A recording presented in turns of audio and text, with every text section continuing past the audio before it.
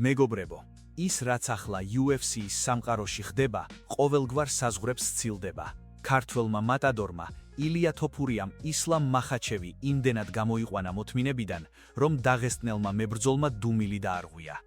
ამ ვიდეოს ტექსტის ბოლოს გაიგებთ იმ მთავარ მიზეზს, რის გამოც მახაჩევი თოფურიასთან ბრძოლას თავს არიდებს, მიუხედავად იმისა, რომ საჯაროდ სულ სხვა რამეს ამბობს.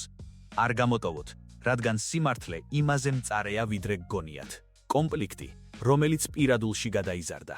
ყველაფერი იქიდან დაიწყო, რომ ილია თოფურიამ, რომელიც უკვე ლეგენდარული გახდა თავისი პირდაპირი და ხშირად სკანდალური განცხადებებით, ისლამ მახაჩევის მისამართით ისარი ისროლა. თუმცა ამჯერად მან მხოლოდ ისლამი კი არა, დაღესტნური სკოლის წმინდათაწმინდა ფიგურა, ხაბიბ ნურმაგომედოვიც ახსენა. თოფურიამ განაცხადა, რომ მახაჩევი და ხაბიბი ზედმეტად ამპარტავნები არიან. მისი სიტყვებით, მე მინდა მახაჩევი ხაბიბის ქვალწინ დავამარცხო და თუ ხაბიბი ჩარევას დააპირებს, მასაც თავზე გადავუვლი. ეს არ იყო უბრალოდ ტრეშ-თოქი, ეს იყო გამოწვევა მთელი იმ სისტემის, რომელსაც მახაჩევი წარმოადგენს. ისლამ მახაჩევმა, რომელიც ამჟამად P4P რეიტინგის ლიდერია, ამ სიტყვებზე ძალიან მწვავე რეაქცია გამოხატა. მისი თქმით, ილიამ ყოველგვარ ზღვარს გადააბიჯა. არ ვიცი, რატომ აქვს მას ჩვენს მიმართ ასეთი სიძულვილი. ეს უკვე პატივისცემის ნაკლებობაა, აცხადებს მახაჩევი. თუმცა ჩვენ ხომ ვიცით, რომ ოქტაგონზე სიძულვილი ხშირად საუკეთესო მოტივატორია. საინტერესოა, რომ მახაჩევი ცდილობს ილიას საბრძოლო უნარები დააკნინოს. მიუხედავად იმისა, რომ ილიამ ქვემსუბუქი წონის დივიზიონი დაასუფთავა და ახლა მსუბუქ წონაში ჩარლს ოლივეირას დამარცხების შემდეგ ჩემპიონი გახდა, ისლამი მაინც სკეპტიკურადაა განწყობილი. მახაჩევი ამბობს, რომ ილიას ჭიდაობა, რომლითაც ილია ასე ამაყობს, სინამდვილეში არაფერი განსაკუთრებული არ არის. თუ შენ კარგი მოჭიდავე ხარ, მთელი რაუნდის განმავლობაში მეტოქის ქვეშ არ უნდა მოექცე. ჩემთვის ეს ნიშნავს, რომ შენ 100%-ით აგებ ბრძოლას, დასძინა ისლამმა. ის მიანიშნებს იმაზე, რომ ილიას გრაპლინგი დაღესტნურ სკოლასთან ახლოსაც ვერ მივა, მაგრამ მეგობრებო, განა იგივეს არ ამბობდნენ ილიას წინა მეტოქეებიც, სანამ მატადორის მძიმე მარჯვენა მათ ნოკაუტში ჩააგდებდა. 18. როდის შედგება საუკუნის ბრძოლა? ამჟამინდელი მონაცემებით, ილია თოფურია ისვენებს და ოქტაგონს სავარაუდოდ 2026 წლის აპრილის შემდეგ დაუბრუნდება. მახაჩევს კი თავისი პრობლემები აქვს. ის იანვარში დაგეგმილ UFC 324-ზე ვერ გამოვა, გრაფიკის არევის გამო. თუმცა, მახაჩევი კარს ღიას ტოვებს. შესაძლოა მომავალში ჩვენი გზები გადაიკვეთოს. ოქტაგონი ყველაფერს გამოაჩენს. თუმცა იგრძნობა, რომ მახაჩევი წელს წელავს. რატომ? იმიტომ, რომ ილია თოფურია არ არის ტიპიური მებრძოლი. ის არის ათლეტი, რომელსაც აქვს როგორც ელიტური კრივი, ასევე შავი ხამართი ჯიუ-ჯიტსუში და უწარმოუგენელი თავდაჯერებულობა. კითხვა თქვენთვის. როგორ ფიქრობთ, მართლა ჭიდაობის ნაკლებობის გამო აკრიტიკებს მახაჩევი ილიას, თუ უბრალოდ ხვდება, რომ თოფურიასთან ground and pound-ი ისე მარტივად არ მოიმუშავებს, როგორც სხვებთან? უნიკებ ისლამს ეშინია, რომ ილია მართლაც შეასრულებს დანაპირებს და ხაბიბის თვალწინ დაამცირებს მას? დაწერეთ კომენტარებში. თქვენი აზრით, რამდენ წამში გათიშავს ილია მახაჩევს, თუ ეს ბრძოლა შედგება? თუ ფიქრობთ, რომ ილიას შანსი არ აქვს, მაშინ არგუმენტებიც მოაყოლეთ, ოღონდ ზედმეტი ემოციების გარეშე. ისლამ მახაჩევი, რომელიც უკვე დიდი ხანია დაღესტნური გუნდის ლიდერად გვევლინება, თვლის, რომ ახალი ჩემპიონების გამოჩენა დროის ამბავია.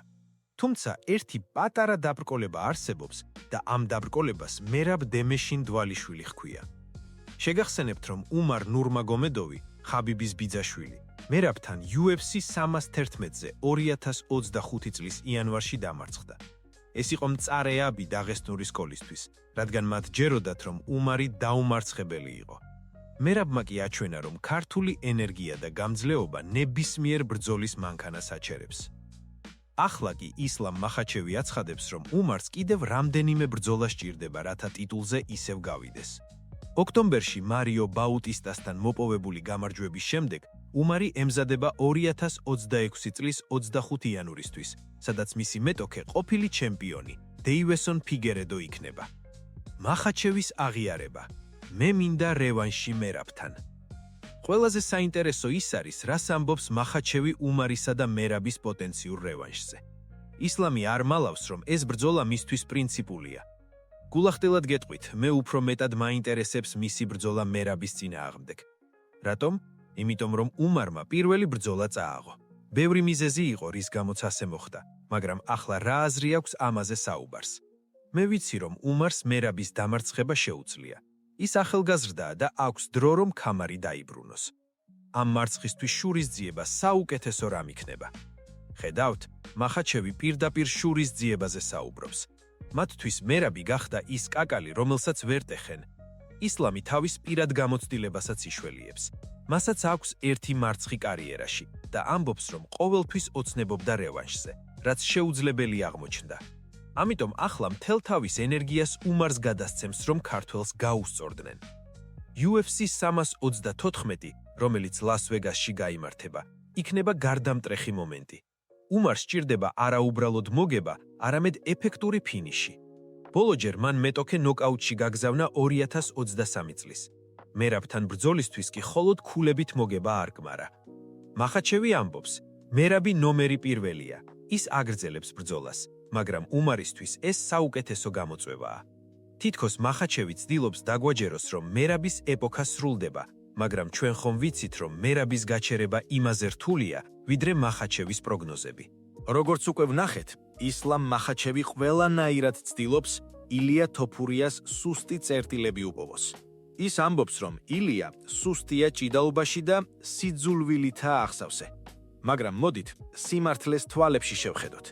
მახაჩევი ხედავს, რომ ილია თოფურია არის პირველი მებრძოლი, რომელსაც არათუ არ ეშინია დაღესტნური პრესის, არამედ მზადაა მათ საკუთარ მოედანზე, ჭიდაობაშიც კი ეჭიდაოს და თან თავზე გადაუაროს. ილია თოფურიამ შეცვალა თამაშის წესები. მანამდე ყველა მებრძოლი ხაბიბის გუნდთან მოკრძალებული იყო. ილიამ კი თქვა, მე თქვენს ლეგენდას თავზე დავაბიჯებ. სწორედ ამან გამოიწვია ის პანიკა, რომელსაც მახაჩევის ინტერვიუებში ვხედავთ. ისლამი ხვდება, რომ თუ ილიასთან ბრძოლა შედგება და მატადორი მას ნოკაუტში ჩააგდებს, მთელი ის მითი, დაუძლეველი კავკასიური ჭიდაობის შესახებ, რომელსაც წლები აშენებენ, ერთ წამში დაინგრევა. ქართული მანქანა მერაბ დვალიშვილიმ დაღესტნელების ღამის კოშმარი. სანან მახაჩევი ილიაზე საუბრობს, მეორე მხრიდან მერაბ დვალიშვილი უნგრევს გეგმებს. უმარ ნურმაგომედოვის დამარცხება არ იყო უბრალოდ ერთი მოგება. ეს იყო განაჩენი. მახაჩევი ახლა ამბობს, რომ უმარს მეტი დრო სჭირდება და რომ რევანში აუცილებელია. მაგრამ მოდით დავსვათ კითხვა. რატომ უნდა მისცეს მერაბმა რევანში მას, ვინც ერთხელ უკვე დამაჯერებლად დაამარცხა? მახაჩევი ცდილობს მერაბი მოსახერხებელ მეტოქეთ წარმოაჩინოს თავისი ბიძაშვილისთვის. მაგრამ რეალობა სხვაა. მერაბის ტემპს და გამზდეობას დღეს UFC-ში ანალოგია რა აქვს.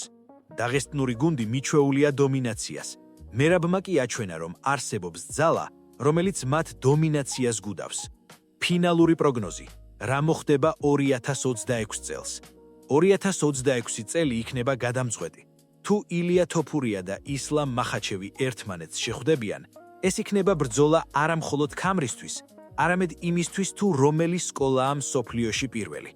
მახაჩევი ამბობს, რომ ილიას გამოასწორებს, მაგრამ ილიას მუშტებს სულ სხვა გეგმები აქვთ. დაღესტნელები ცდილობენ ყველაფერი ისე წარმოაჩინონ, თითქოს ქართველებს უბრალოდ გაუმართლათ, ან პატივისცემა აკლიათ. თუმცა სიმართლე ისაა, რომ ქართველი მებრძოლები დღეს UFC-ს ახალ სახეს წარმოადგენენ. უფრო აგრესიულს, უფრო ტექნიკურს და რაც მთავარია, სრულიად უშიშარს. და აი ყველაზე მთავარი რაც უნდა გკითხოთ. მეგობრებო, ბევრი ამბობს, რომ ილია თოფურია ზედმეტად ბევრს ლაპარაკობს და მახაჩევი ამის გამო დასჭის. თქვენ როგორ ფიქრობთ, არის თუ არა მახაჩევის ეს სიდამშვიდე სინამდვილეში იმის შიში, რომ მისი ეპოქა სრულდება?